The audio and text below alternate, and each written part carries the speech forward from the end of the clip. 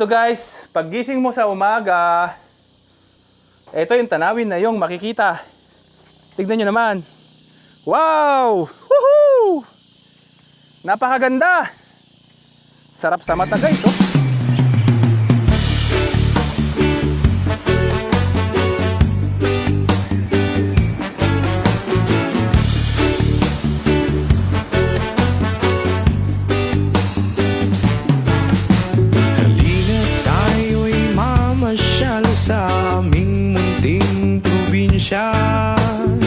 Magagandang mga tanawin ang inyong makikita.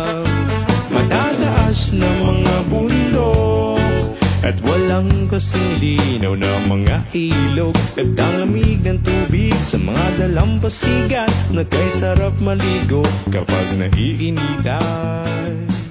Magandang umaga po. Ako po si Christian Berba. Caretaker po ako dito sa Evergreen View. Po tayo dito dalawang big bungalow po, good for 4 person na po 'yon. Tsaka mayroon pong cottage size for sa couple.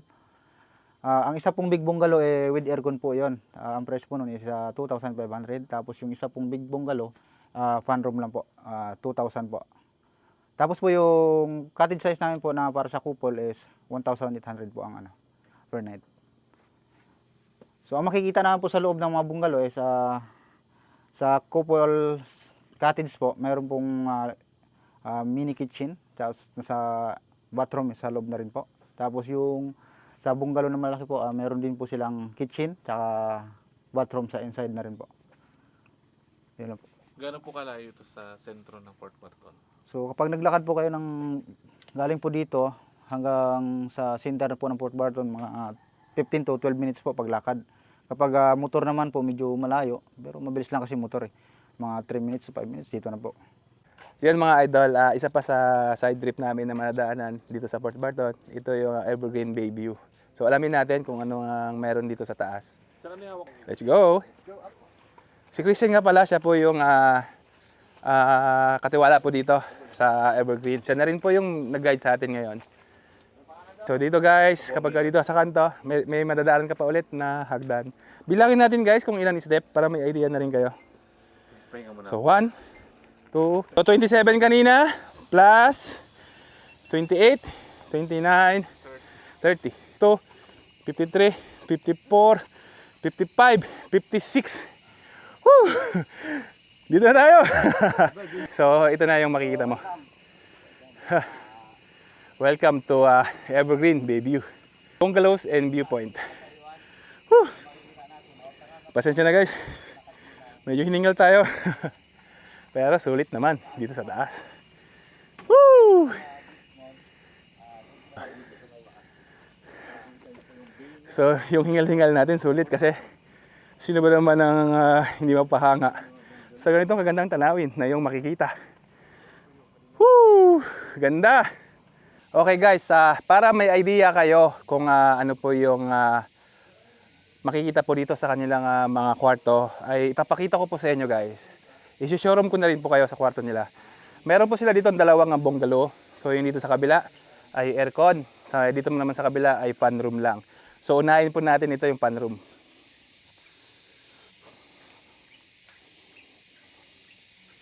Dito guys, ito yung bubungad sa inyo. Ito yung pinaka-sala set nila. At pwede rin nagsiset up din sila dito guys ng extra bed dito po sa baba. Kaya po yung kwarto nito ay good for 4 person. So ayan, may electric pan na rin sa baba. Tapos pagbukas mo dito, ito yung view na makikita mo. So kita pa rin yung karagatan dito, yung magandang tanawin. So guys, akit po tayo sa taas para makita rin natin po yung amenities po dito sa loob. Ito, pag akit mo sa labas guys, ito, meron na rin po silang kusina dito. Libre mo na rin itong magagamit. Tapos dito po sa labas, ay exit din po ito. Pwede ka rin pong dumaan dito. Tapos ayan, yung tanawin na makikita ninyo. Ito, pwede ka ditong magbilad-bilad kung mahilig ka kung nagpapaitim ka, ayan, kung nagpapaitim ka, pwede ka magbilad-bilad po dito. So, ito guys. Akit pa tayo sa pinaka kwarto po nila. Ito.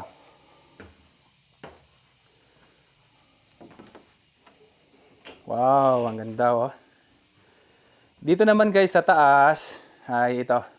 May electric fan din. Tapos yan, dalawang unan, good for 2 person.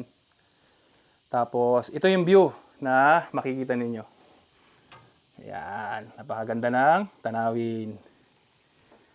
So dito guys, sa kabila, ganun din, halos walang pinagkaiba. Ang pinagkaiba lang dun sa kabilang bungalow ay meron po silang aircon. Dito po kasi ay fan lang. Tingin po tayo dito guys sa taas. Ito yung pang couple guys. Ito. Pasilip ko na rin sa inyo. So ito guys yung pang couple. So pasilip ko na rin sa inyo para may idea na po kayo kapag kayo ay napa rito. Ganda ng view. Ayan pala, meron pa rin pala dito pwede ka magkape dyan, no? Tapos dito sa labas, ayan. Ayan, may terrace din pala sa labas. Kung naninigarilyo ka, ayan. Pwede ka mag-smoke dito habang tanaw mo. Yung ganitong napakaganda ng tanawin. Yan talaga yung hinahanap natin guys. Yung pagising mo sa umaga, ganitong tanawin ang yung makikita. Talagang wala nang mas hanapin pa. So ito guys yung pang couple room. Good for 2 person ito guys. Yan. May table na rin dito. Electric fan. Tapos, ayun. May mini kitchen din pala oh. Yan. Mini kitchen din yan. May gasol. May mga plato na. May mga kaldero na rin dito. Tapos, siyempre, importante sa lahat, ito yung CR. Yan. May CR na rin dito sa loob ng kwarto. Dito guys, pag gising mo sa umaga, ito yung tanawin na yung makikita. Tignan nyo naman. Wow! Woohoo! Napakaganda! Sarap sa mata guys, oh. Tingnan nyo, di ba? Ang sarap sa mata. Talagang pag nag-stay ka dito, talagang katahimikan. Yung nagkakaedad ka na, gusto mo ng katahimikan. Nako, bagay na bagay ka dito. Dito meron ako nakita dito eh. Tingnan natin ito yung pwede ka pang dito, oh. Magtambay dito, oh. Wow! Ganda guys, oh. Habang nagkakape ka dito, oh, itong tanawin ang yung nakikita. Ganda. Ganda dito guys. Kung gusto nyo i-consider dito guys, magpabook lang daw po tayo sa booking.com. Tapos hanapin lang yung kanilang page. Hanapin nyo lang po yung Evergreen View sa booking.com. So ito na. Yung makikita kapag kayo ay naparito. Tapos guys, ito yung kanilang isa pang room. Ito yung with aircon. Yan. So yung aircon nila sa taas. Kung ano po yung nakita natin doon sa bathroom, ganito rin po yung makikita natin dito sa aircon room. Yan.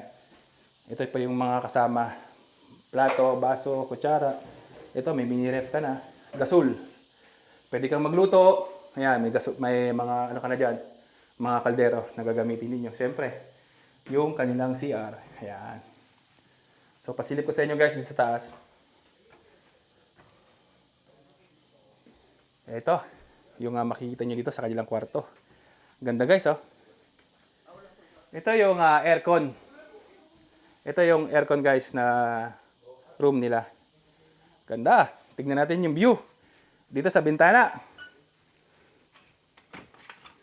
Wow! Ito yung view na makikita nyo guys, oh. Di ba? Sure ball, ang ganda. Baba nyo dito. Habang bumababa ka dito, ito yung tanawin na yung makikita. Di ba? Ganda guys. Dito guys, pag sa hapon, ganda na mag-standby dito. Kuha ka dito ng upuan, dito ka magtambay habang tanaw mo yung magandang tanawin. Lalo pag sa gabi. Sa gabi daw ay napakaganda ng tanawin dito. Kitang-kita yung bayan ng Port Barton, yung mga ilaw-ilaw dyan, yung mga patay sindi na ilaw dyan. So kitang-kita po yan dito mula sa taas.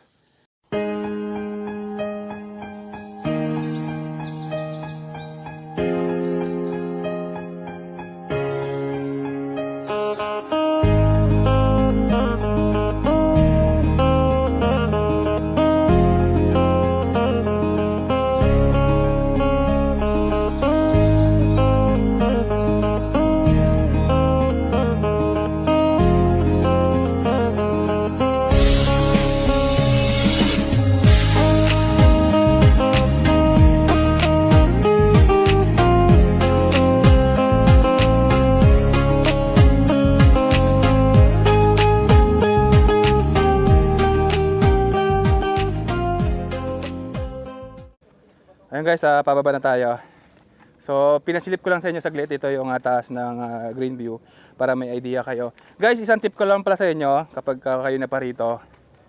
Wala po silang na-order na pagkain sa taas. Meron lang po silang na-order ng mga drinks kagaya ng water, soda, beer. Meron po. Pero pag sa mga pagkain, wala po. Kaya nga po meron silang lutuan sa taas. Pwede na po kayong magbili kaagad ng mga lulutuin ninyo, yung mga pagkain ninyo, tapos dalayan nyo lang sa taas. Kasi ang hirap akyat baba. So medyo mataas yung hagdan.